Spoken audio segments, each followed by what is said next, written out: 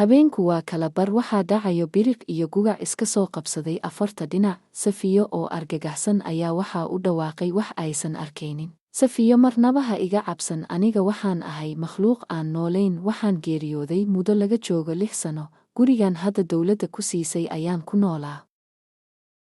Intaan qisadayda xanuunka badan kaaga sheekayn, isdeji oo fadhiiso galaas biyo ah oo cab. Safiyo ayaa ku qaylisay, kuma tahay, maxaa iga rabtaa? Biyo ma rabo, idhaaf, iyo erayo kaloo badan. Waxay u oroday dhanka iyo albaabka si ay qolka ugu baxsato, laakiin hal mar ayay iswada xireen dhammaan albaabihii iyo daaqadihii qolka. Waxaa u bilowday waa cusub oo cabsi xoogan xambaarsan. Safiyo waxay ka war heshay ayadoo kursi loo soo dhigay lagu leeyahay kursigan ku soo fadhiiso. Aniga waxba kuma yeelayo, adigoo degan ayaan doonayaa qisadayda xanuunka badan inaan kaaga sheekeeyo, kadibna aniga aan ku caawiyo adigana aad i caawisid. Safiyo ayaa iska raadisay deganaan kuna tiri haye waan soo fadhiistay.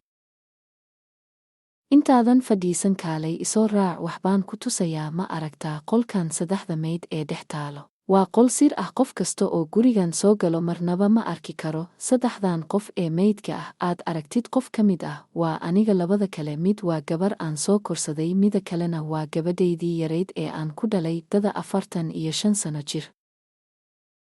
3deena waxaan ku noolayn nolol farxad leh, waxaan ahayn hooyo iyo 2deeda gabdhood. Maalin aan gabadhayda weyn ku dhahay walaashaa yar israaca oo ku soo cayaara qaybta dambe ee guriga, qaybtaasoo ahayd meel kayn ah oo gurigeena qaybta dambe ku furan, waxay 2dooda isku raaceen inay qaybtaas ku soo cayaaraan. Anigana waxaan ku mashquulsanaa inaan u diyaariyo cuntadii ay jeclaayeen. Muddo 30 daqiiqo kadib ah ayaan maqlay qaylo aad u dheer taasoo ka imaanayso kaynta ka dambayso guriga. Waan naxay, waxaan gacanta ku haystay mididii aan ku jarjarayay qudaarta.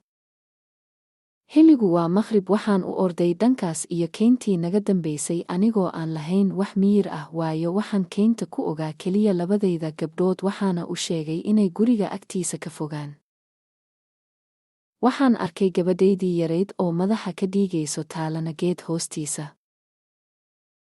Gabadhaydii weynayd waxay ka dhex qaylinaysaa meel biyo ah dhexdooda. Waxaan dareemay in qof ku dhegan yahay kaasoo ku sii jiidanayo kaynta iyo biyaha dhexdooda. Qofka ku gabadhayda ku sii jiidanayay biyaha dhexdooda wuxuu ahaa ninkii hore aan kala tagnay. Wuxuu isku dayay inuu isoo weeraro asagoo gacanta ku sito faash. La soco qaybta 3aad ee sheekadan xiisaha badan, nagu soo biir oo subscribe dheh kanaalka Kobciye TV.